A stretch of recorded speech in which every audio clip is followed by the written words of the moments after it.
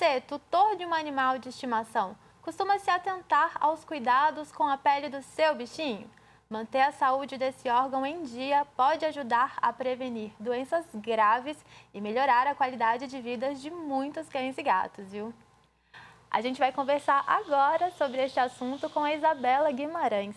Ela é médica veterinária com residência em clínica médica, cirúrgica e anestesiologia de pequenos animais e pós-graduanda em anestesiologia veterinária. Isabela, seja muito bem-vinda ao nosso programa. Obrigada, Michele. Agradeço o convite, né? E que venham novas oportunidades de eu estar aqui novamente.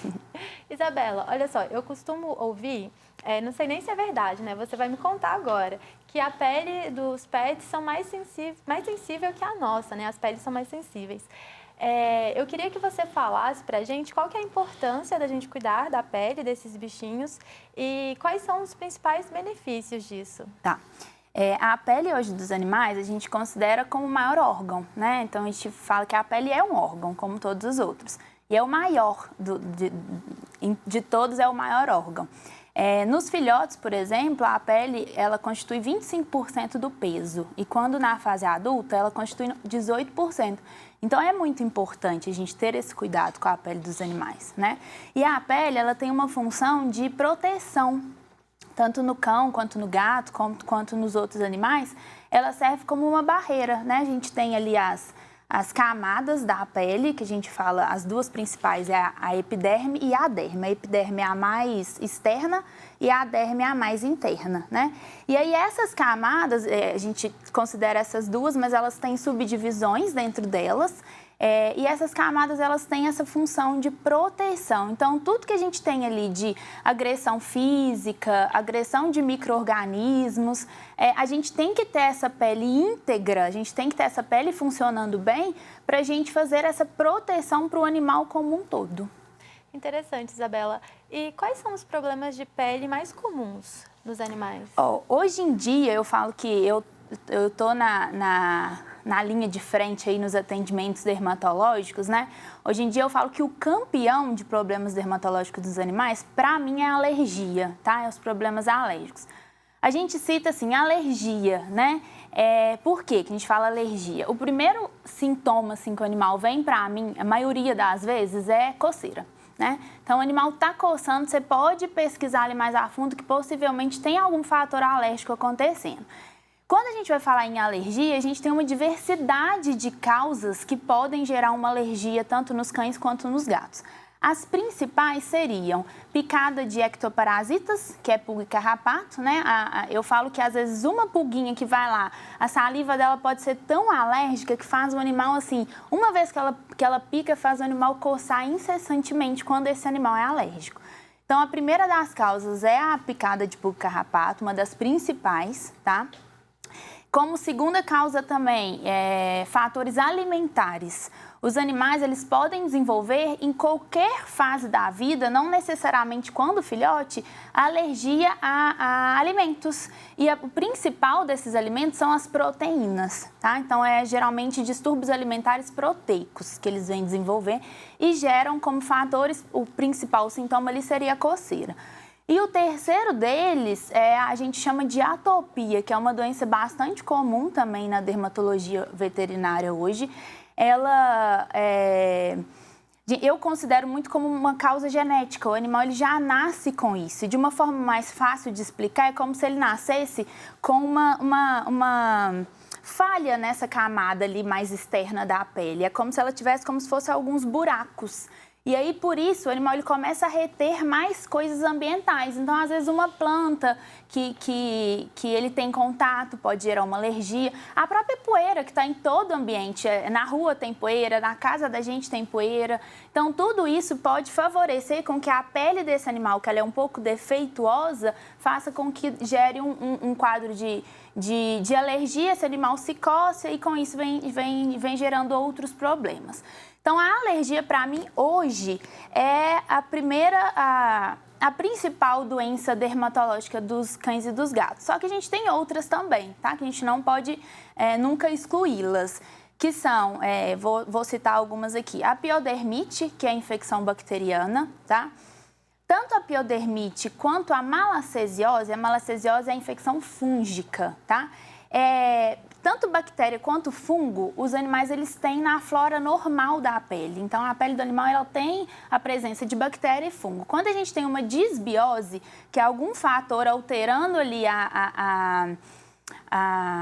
essa camada, essa flora ali da pele, a gente tem qualquer coisa que pode gerar uma disbiose, a gente tem a proliferação dessa bactéria e desse fungo. E aí pode gerar um quadro chamado de piodermite, que é quando a gente tem infecção bacteriana, ou até mesmo da malacésia, que é quando a gente tem infecção fúngica.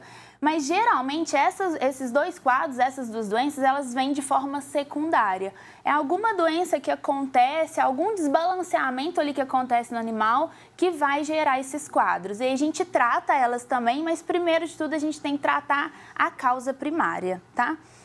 Outra doença muito comum também, que eu atendo muito em consultório, são as sarnas, tá? A gente tem uma variedade de sarna. Eu falo que muito tutor acha que todo animal que tem pelo caindo, né, tem queda de pelo ou tem coceira, já chega no consultório falando: doutora, meu cachorro tá com sarna. E nem sempre é sarna, né? Mas sarna também é muito comum. As principais são a sarna sarcóptica, a demodex e a otodésica, que é a do ouvido, tá? Algumas delas não são contagiosas, a gente pode passar, a própria mãe que está tá gestante, ela pode passar para os filhotinhos ali naquela fase da gestação. E a gente tem outros tipos de sarna que são contagiosas, que passa de cão para cão, tá? Então, assim, eu acho que as principais doenças são essas. Temos também a seborreia, a gente tem alguns animais que eles têm uma presença maior de sebo nessa pele, né? E também não posso deixar de falar das causas hormonais. Às vezes a gente tem doenças hormonais por disfunção de hormônio. Então, às vezes é um animal que tem mais hormônio da tireoide, menos hormônio da tireoide, um aumento ou uma baixa de determinados hormônios e vão ter reflexos diretos na pele. Então, a gente sempre tem que pensar que a pele ela pode vir como doenças secundárias. Então, a gente nunca trata pensando só na pele, a gente trata pensando no animal no geral. Então, a gente sempre tem que pensar, será que esse cão ele não tem uma doença endócrina e essa doença endócrina está levando a problemas na pele? E até mesmo zoonoses. A gente tem zoonoses aí hoje, que é a esporotricose. Zoonoses são doenças que podem passar, né, dos cães, dos gatos e dos cãezinhos para os seres humanos. E a gente tem essas doenças também que podem gerar problemas dermatológicos e problemas dermatológicos sérios. Então, na maioria das vezes, a gente não trata só a pele, a gente tem que tratar o animal, pensando nele, né, como um ser vivo mesmo. E você falou sobre a coceira, né, como um dos sintomas. Tem sinais de alertas que os tutores podem ficar atentos? Sim, eu falo que uma das coisas principais que eu vejo, né, na rotina é lambedura de patas. Muita gente chega pra mim falando: nossa, meu cão lambe pata a vida inteira, né? Tá lambendo pata excessivamente. Aí eu viro e pergunto: tem quanto tempo? Não, a vida inteira. Ele sempre lambeu pata. E aí muitos veterinários falam assim: é psicogênico, é tudo comportamental, né? E na grande maioria das vezes não é apenas comportamental, né? Pode ser muito que essa lambedura de patas, ele desde às vezes, filhote, ele já vem demonstrando ali para o tutor que está acontecendo alguma coisa, né? O se coçar ali, eu falo que a coceira é um dos principais sintomas. Mas a gente tem doenças também que nem sempre coçam, né? Então, a gente tem que ficar muito atento. Lambedura de patas, coceira no corpo todo, no geral. Eritema, que a gente considera aquela pele vermelha. A pele do cão, ela tem que ser uma pele clarinha, ela não tem que ser aquela pele avermelhada, né? Então, a gente fica sempre, o tutor tem que manter prestar atenção sempre no seu animal, né? Arrasta, às vezes é cachorro de pelo longo, a pessoa fala: nossa, não vejo. Mas puxa o pelinho para o lado, arrasta, vê como que tá essa pele. Então, queda de pelo também. Os animais, eles fazem troca de pelagem em determinadas épocas do ano e isso é normal, né? Mas quando a gente tem, igual o nome popular, a peladeira, né? Quando é aquelas quedas de pelo bem localizadas, aquilo ali não é normal. Então, a gente tem que ficar atento à coceira no ouvido. Sempre eu gosto de lembrar, gente, ouvido é pele, tá? O ouvido, ele faz parte também da pele. Então, geralmente, tudo que a gente tem ali do lado de fora, né, na pele no geral, a gente vai ter no ouvido também, ou assim o contrário. Então, ficar muito atento naqueles cãezinhos que coçam muito o ouvido, aqueles que têm aquelas otites recorrentes, que às vezes você vai no veterinário, nossa, Isabela, já tratei a vida inteira, meu animal tem otite, passa, sei lá, 4 meses a otite volta. Então, às vezes, a gente tem que pesquisar ali por que ele está tendo essa otite. E não apenas tratar aquilo. Então, esses sintomas, coceira aqui também na região de focinho dos animais, é muito comum em cães que têm alergia alimentar, que é a região que tem mais contato com o alimento. Então, eu acho que a maioria das vezes a gente tem que ficar atento a isso. É coceira, é vermelhidão de pele, é queda de pelo, esses otites, né? Essas coceiras em ouvido, são esses os principais sintomas. É muito importante ficar atento, né? Sim. Isabela, para encerrar aqui o nosso bate-papo, quais são as suas dicas para quem quer passar a cuidar da pele do seu pet? Como que ela faz? Quais são os principais cuidados? Qual que é o primeiro passo? Eu acho que a gente sempre, eu falo que muito, a saúde da pele, ela começa muito pela boca, né? Até engraçado falar. Mas a alimentação dos animais, a gente fala que é um ponto-chave. Então, hoje em dia a gente tem diversos tipos de rações, alimentação natural, que está indo muito para essa linha hoje em dia. Então, a gente tem que pensar em dar uma alimentação de boa qualidade, tanto para nós, né, quanto para os cães também. Isso é fundamental, porque as células ali da barreira das camadas da pele, elas precisam dessa nutrição, né? Então, eu acho que uma alimentação de boa qualidade, água filtrada sempre disponível, né? A água também, ela ajuda a carrear essa nutrição ali para a pele. Animais que têm...